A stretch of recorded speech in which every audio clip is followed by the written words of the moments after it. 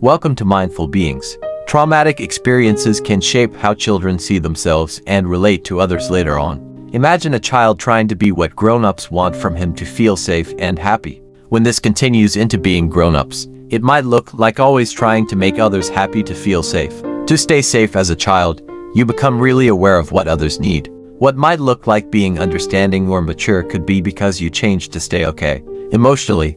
Even if the tough times are more about being ignored than being hurt, kids might act in certain ways to protect themselves from feeling unloved. For example, a kid with sad parents might try to care for them to bring some joy into their lives. Being caring or understanding your parents is good, but it's a problem if you lose yourself in the process.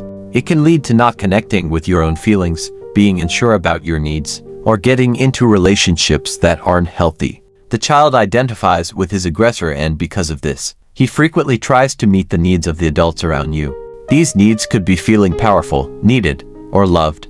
Children end up feeling like tools for their parents instead of valuable individuals, leading to feeling helpless, sad, doubting themselves, worried, or needing others for stability. The impact of this tough time can go beyond just wanting to please people. For example, someone may undermine their own decisions because, as a child, they learned to depend on a parent who got angry when they tried to be independent. Another person might become distant and self-sufficient because their parents couldn't handle them, needing support. Now, about internalized aggression and shame. When kids face tough times, they hold onto the hurtful person in their minds to feel safe. This means making the hurtful person a mental idea, so they seem to disappear. But there's a cost. This idea can make the person punish themselves, keeping the illusion that the outside person is loving and safe. This holding onto the hurtful person helps the child stay attached to the adult, which is crucial for their survival.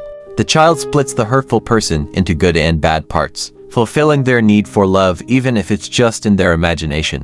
The child forms an unconscious connection with an idealized other who exists in relation to a self that takes on the badness of the hurtful person. This leads to the child feeling responsible for any hurtful experiences, even if the hurtful person doesn't actually feel guilty. This burden of guilt can linger into adulthood, making the person feel ashamed, guilty, and worthless. When kids notice grown-ups' mistakes, it feels scary. Their minds tell them it's their fault, making them hide feelings like pain and disappointment. To deal, kids ignore their own experiences and become what the hurtful person wants them to be. Thank you, and please support by subscribing to this channel.